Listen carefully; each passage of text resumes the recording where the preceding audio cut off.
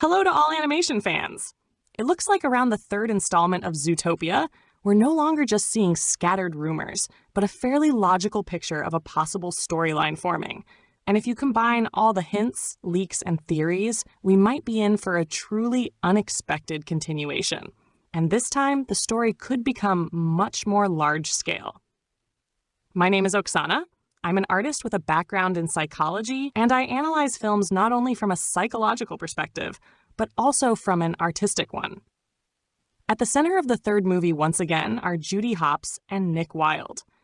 No longer just partners, but a fully formed team that has already gone through many challenges. But now they are facing a case that goes far beyond the familiar Zootopia. It all begins with strange events in the city, system failures, disruptions in communication between districts, signal losses, and even incidents that are difficult to explain. At first, it seems like a technical issue, but very quickly it becomes clear. Someone is deliberately interfering with the city's systems.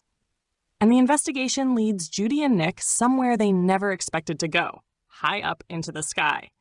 This is where one of the key ideas is revealed, the existence of Aviapolis, a hidden city of birds that has existed separately from the ground world for years. This is not just a new location. It's a fully developed civilization with its own rules, hierarchy, and internal conflicts. And this is where things get really interesting. It turns out that the bird world is far from perfect. Their society is divided, and one of the most rejected groups could be crows. Intelligent and observant, yet often seen as dangerous, cunning, and undesirable because of stereotypes. They may live on the outskirts of society, outside the main system. And this creates the foundation for tension. And this is where the central conflict begins. One of the representatives of this rejected group, a potential antagonist, decides that the system is unfair not only to him, but to others like him as well. And to prove it, he begins to act radically, interfering with Zootopia's systems, provoking conflicts between the two worlds, and gradually pushing them toward open confrontation. His goal is not just revenge. His goal is to prove that peaceful coexistence between different worlds is an illusion. And at this point, Judy and Nick find themselves caught in the middle. On one hand, they represent Zootopia and must protect their city.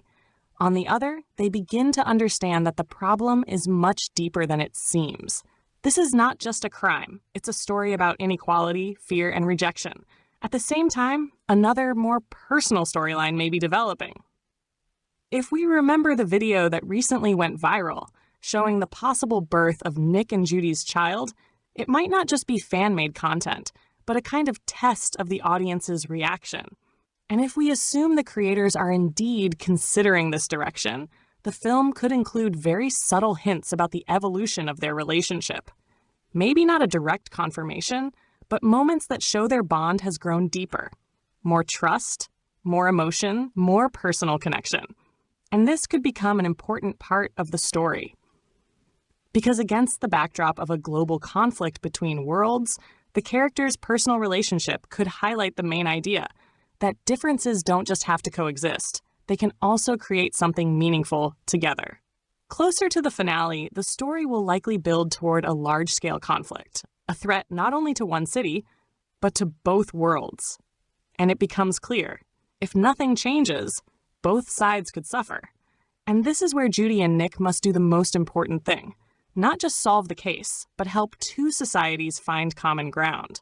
The ending could show the first true contact between the inhabitants of land and sky, not as enemies, but as parts of one larger world.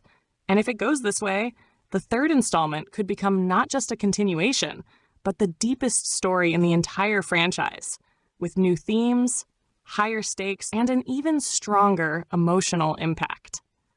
So what do you think, viewers? Do you like this idea of Aviapolis, the conflict within the bird society, and the possible development of Nick and Judy's relationship? Share your thoughts. It would be really interesting to discuss this together. I also invite you and your children to relax together with me and connect with something beautiful through art. If you join with your kids, it can become a lifelong memory, a small piece of light in these dark times. What do I offer? I will teach you how to understand art. I will explain the difference between a simple drawing and a true work of art.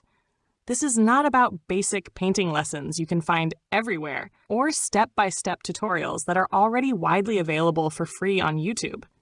These are lessons on the level of art criticism, presented in a way that is accessible even for children. For example, you will find answers to questions like, why are some paintings not beautiful, yet extremely expensive? Why didn't painting disappear after photography was invented? Why do people still buy paintings instead of just printing photos? What are the criteria that distinguish a simple drawing from a work of art? We will explore all of this through works of classical artists. I have a background in psychology and education, and I know how to explain complex ideas in simple terms. We will also work with emotions, learning how to reflect on them and express them through art, all accompanied by beautiful music. If you'd like to join, make sure to message me on Instagram with the word art.